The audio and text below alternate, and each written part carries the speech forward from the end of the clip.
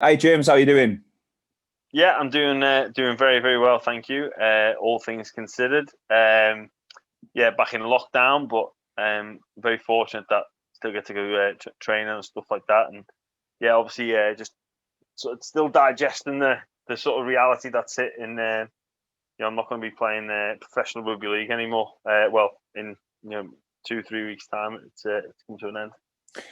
Yeah, I was going to start by mentioning that and just sort of asking how you were with it all, really, because it must be a bit of obviously it's a big point in your life, but sort of getting used to that change and preparing yourself for what's to come, I suppose. Yeah, I think it's a bit of a step into the unknown. I've said a few times before, it's the whole axis upon which my world has spun since I was about 8 years of age, playing rugby league. So that's no longer going to be the case. I think I'll still be involved in the game, but obviously not in a playing capacity. But I still have those moments or training sessions or games where I'm feeling good and I think, oh, you know, maybe won't go again and do another year. But when I have my sensible head on, it's very much. I think it's the right time and it's the right decision. I suppose I've never thought about it before until events we've done with you when you've mentioned about sort of how you can never take for granted the future, I guess, or your body and looking after yourself, and you're only a matter of seconds away from your next tackle. And are you going to be, as you're sporting your war wounds at the minute? I suppose it's Yeah, like as you get older, it's the younger players are not even considering whether they can do it or not. It's just they smash into every tackle and yeah, most definitely. And we've got a couple of young lads like that at our place, and um, to be fair, getting through the training sessions going up against them is one of the hardest things that you have to do in the week. The playing side of things you enjoy, but yeah, most definitely the older you get, you feel everything that little bit more, and obviously got that young crop that are yeah, eager and keen, and you know I can't even lack of self preservation and all that sort of stuff. So yeah, I can't even imagine. It's bad enough being this age and just like running, never mind running into people and yeah, um but I guess it's all sort of hopefully fitting together perfectly for you with Saints and the successful season that you're having for your last one.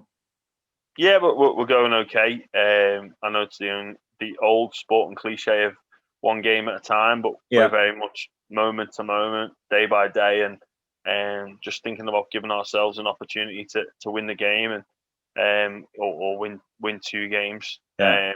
And I firmly think that you do that by doing the little things well. So so the concentration is on that and not too much on what's at the end of the road. Yeah.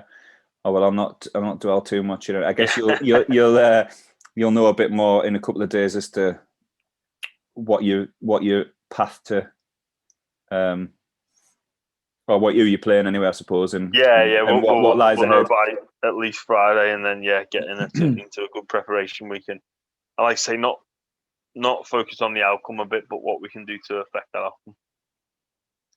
Nice one. So I guess what is next? Have you looked obviously beyond the end of the season, and have you got plans, or is it still unannounced, or what? Where are you Yeah, with things? I'm still looking to finalise that. So I've just been having some conversations with St George back in Sydney about some potential for some roles there. Yeah, things happen very quickly in terms of moving over here. Yeah, Um, and yeah, it was kind of a matter of weeks. We were moving the other side of the world, and a global pandemic is um yeah, is it's a quite bit of tricky a to navigate. So yeah. we've got some things we need to sort out back there. So um, certainly we'll be heading back for I think in January for the sort of foreseeable future and sort of see what comes of that. It's typical, isn't it? Like the only time of your career when you've been our patron and you've been in the country is a pandemic where you're shut in your house. Yeah, exactly. Yeah, And well, then yeah, yeah, and even it's been that long since I've been back in summer. and like you forget how great the British summer is, and unfortunately wasn't be able to enjoy it as much as I would like to, but no, it is what it is, and but obviously there's plenty of things I would have loved to have done, but still grateful for the opportunity to be back. Oh yeah, it's I guess everyone's in the same boat though, aren't they? Like nothing's normal. So how's your Million Steps challenge going? I guess one of the focuses of our chat is a drop in to see we're now pretty much halfway, I think, through the challenge. How are you finding it? Yeah, well, got my pedometer on as always. Every step counts. I think it's going okay. It's really really made me think about my activity levels, especially on my days off. So I've found that really quite interesting. If I'm having a bit of a lazy day, it can be, I need to get out and do something here. Obviously, the circumstance of pandemics, lots of walks. Very fortunate to live close to some really lovely woods to walk through with the kids and stuff like that. So that's always handy. It's interesting as well. Sometimes by the time I've like finished getting breakfast done, and I look at the pedometer, I'm like, how have I done 1,000 steps since getting out of bed? Do you know what I mean? Yeah. Or like at least a few. Maybe I'm being exaggerating it, but there. No, not at all. That's you're into the late hundreds. And you're like, am I just running around like a headless chicken trying to get kids ready and get? It's unreal because we chatted maybe a couple of months ago before you started. This would be an interesting point in terms of sort of an elite sportsman. You just think, well, what's the point in him doing it? Almost, he's like as fit as you can be, and it's not going to be a question. But actually, that daily movement and getting out in the fresh air isn't a given, and isn't that easy, is it? No, it's, and you can. It's kind of both ends of the scale. Like you feel like you're not running around in the house, but then obviously after that you settle down, and then you don't feel like you've had too much of a lazy day, but you look at your total number of steps, and it's on the lower side. Especially, I think everyone's aiming for around about that 10,000 a day. You got to get out there and do some walking. I found myself even just, if I go to the shops, big car park, I'll park far away from the entrance. Oh yeah. Walk to the entrance, a bit further away, get the extra steps in. I'm horrendous in the stock shops as well. I've got my list, but I'm back and forth to aisles. So that's another one. I'm like, I need to be more efficient with my time and my steps. I'm all over the place in the shop, so sometimes I don't need a nice walk. I just need to go to the supermarket and I'll get me 10,000 in no time. Ill prepared, but good for the fitness, eh? Yeah. It's really interesting that you mentioned about those changes, because when we try to encourage people to take part, it's difficult to get that across as to how much of a difference it'll make in your mindset, that you'll be looking to pick up the steps and the movement in every part of your day. Yeah, most definitely. Even we've got a local shop not far away, and there's the temptation to sort of drive there.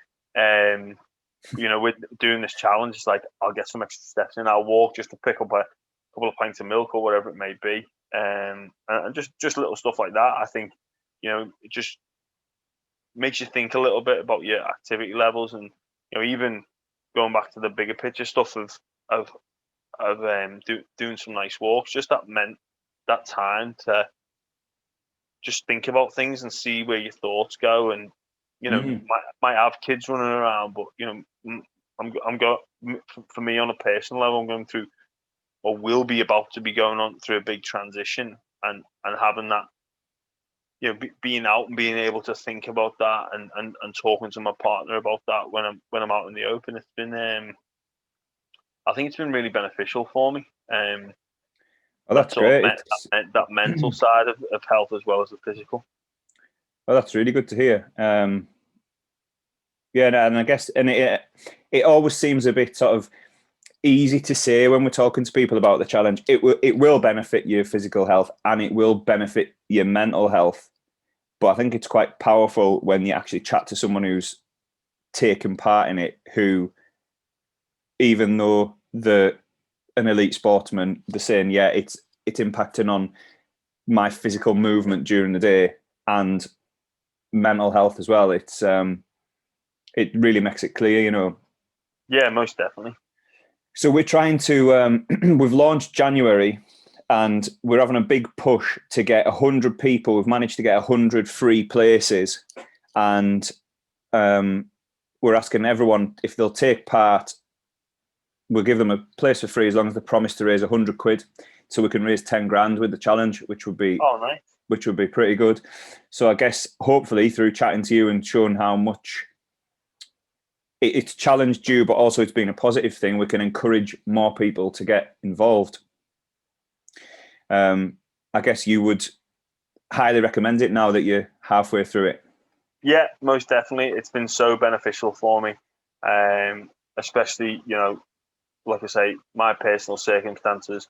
You know, most people are in, you know, very new, challenging circumstances. I think it helps with that mental side of getting out there, getting some fresh air, walking. You know, it's easy to fall into the trap of lockdown, being in your own house. But, you know, up in the beautiful Cumbria, there's plenty of places to get out and walk to. That mental health and also the physical. I can't speak highly enough of it. Fantastic. Well, thank you so much for your time and your efforts on the challenge, because it means a lot to us. And I guess from all of us, it's a pertinent time to say congratulations on your career. I guess as you come to the we'll not say the final 2 games, but whatever lays ahead. We wish you the best, and congratulations on an amazing career with everything you've achieved. And I'm sure it will continue in whatever you choose to do next. Cheers. Well, thank you very much, and it's been a pleasure to be a part of it. We'll speak to you soon, James. See you later. Cheers, mate. See you now.